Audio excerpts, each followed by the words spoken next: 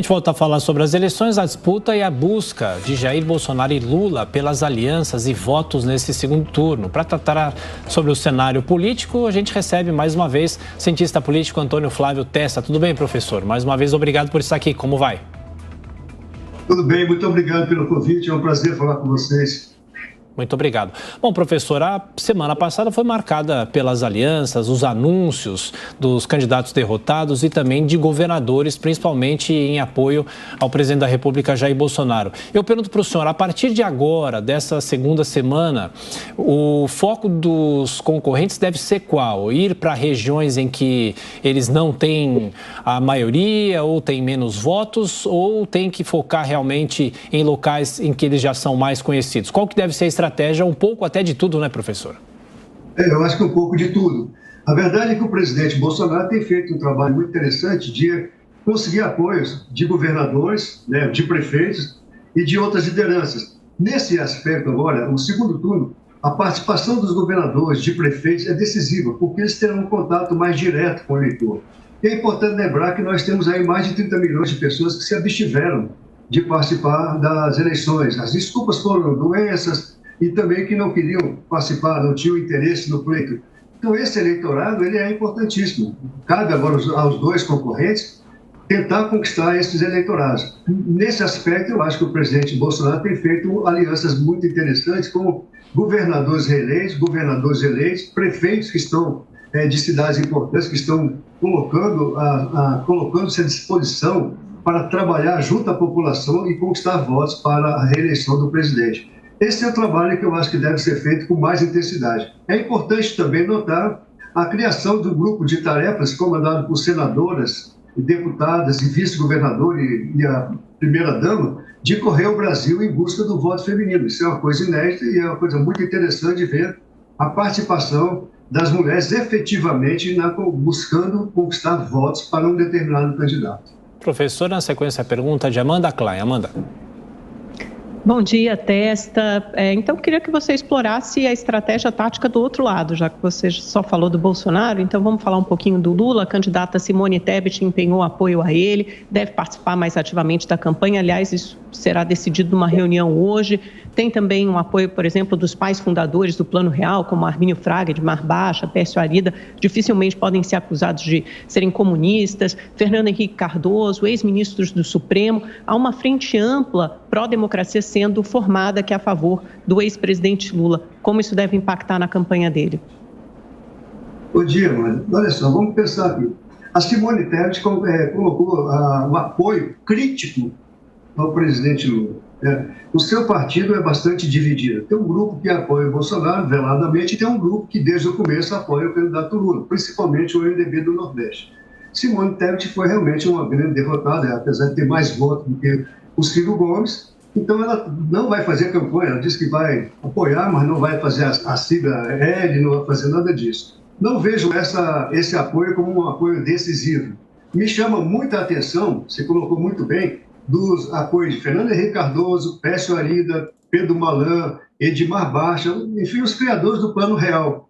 Esse pessoal não tem muito a ver com o PT, nunca tiveram. Na verdade, eles têm muito a ver, você falou muito bem que eles não são comunistas, mas sempre trabalharam para o Jorge Soros. Armínio Fraga sempre foi o representante dos Soros aqui. Quando o Aécio Neves era candidato a presidente da República, ele declarou previamente que o seu ministro da Fazenda seria Armínio Fraga. Nós sabemos a história de Armínio Fraga, né? O seu trabalho em nível internacional. Então, pessoalmente, eu não vejo esses apoios do FHC e dos grandes economistas do Plano Real como decisivos. Quantos votos eles estarão para o Lula? Não sei quantos eles trarão. Lula tem feito viagens, sim, tem feito muita articulação nas suas bases de apoio. Mas se você olhar o último evento, o último comício de Lula em Belo Horizonte foi um fiasco. E depois ele acabou ameaçando, no jeito de falar, a população, dos mineiros. Ali é como nós falamos na última conversa nossa, é o cerne da questão. A decisão em Minas Gerais e São Paulo. Então, o Lula tem feito trabalho, mas não creio que ele esteja aumentando o número de votos a seu favor, independentemente do que as pesquisas estão colocando. Roberto Mota. Bom dia, professor. Uma das coisas que a gente viu nessa campanha, e já tem algum tempo, são as batalhas em torno das tais fake news. Inclusive, em algumas circunstâncias, em que a liberdade de expressão, pelo menos como a gente entendia que ela existia no Brasil, sofre. A última, eu vou citar só um episódio mais recente que beira o absurdo, de um boato ou uma narrativa que foi criada de que o presidente Bolsonaro poderia usar as duas futuras indicações ao STF para criar aqui um movimento parecido com o que o Chávez fez na Venezuela, né? Uma narrativa que beira o absurdo, porque quem tem afinidades com o chavismo é justamente o grupo que se opõe ao presidente Bolsonaro, com afinidade já expressa aí em palavras, em gestos políticos, enfim. Essa é só mais um episódio de desinformação, de mentira. Vamos usar a palavra mais certa. A pergunta que eu faço ao senhor é o seguinte: esse eleitorado que ainda está indeciso, que ainda não sabe, ainda não conseguiu resolver o voto dele, qual é a melhor forma para esse eleitorado se informar e aí sim tomar a sua decisão de voto? Bom dia, Mota. Eu acho que essa questão que você colocou ela é muito importante, porque a população precisa entender que uma mudança na composição do Supremo não é apenas uma decisão do presidente da República. Vai ter que passar por uma discussão intensa no Congresso, vai ter que mudar determinadas cláusulas que são muito rígidas na nossa Constituição. E, evidentemente, que há uma discussão política, que não é recente, ela já é antiga, desde o início do governo com o Supremo e agora com o TSE. A população, no meu modo de entender, a maioria não entende essa discussão, porque são questões muito técnicas e questões que precisam, de fato, ter mais didática na explicação.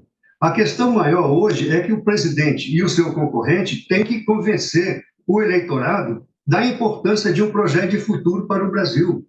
Eu não vi ainda nenhum dos dois candidatos terem oportunidade de falar cara a cara o que eles pretendem fazer, como você mesmo colocou, em relação à educação, ao sequestro do meio ambiente, às proposições efetivas e o potencial que o Brasil tem de ocupar um espaço decisivo nesse novo concerto das nações. A gente tem visto aí o crescimento da tragédia na Europa, a inflação, a demanda por alimentos, né? E o potencial que o Brasil tem de se tornar um sujeito efetivo nessa nova ordem econômica internacional. E há, claro, aí uma mobilização intensa de apoiadores do presidente Lula que são contra isso. Basta vocês verem a ação desses economistas que fizeram o Plano Real. O Plano Real foi muito bom, estabilizou a moeda, acabou com a inflação e tudo, mas aqueles personagens são muito importantes, ficaram muito famosos internacionalmente, mas estão afastados da política brasileira, se tornaram economistas, donos de bancos, pessoas que não têm o dia a dia com a eleição.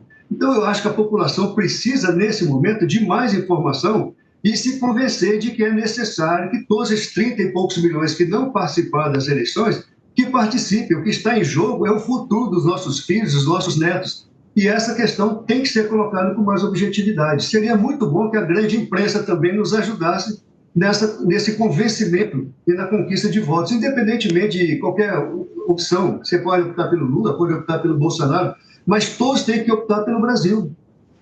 Professor, como o senhor tem visto, qual avaliação faz sobre a disputa de votos de fiéis de diferentes segmentos religiosos? Isso é ético, faz parte da política? Esse ano está acontecendo de uma forma excepcional? Esse ano aumentou muito, porque eu já tive a oportunidade até de colocar isso aqui com vocês.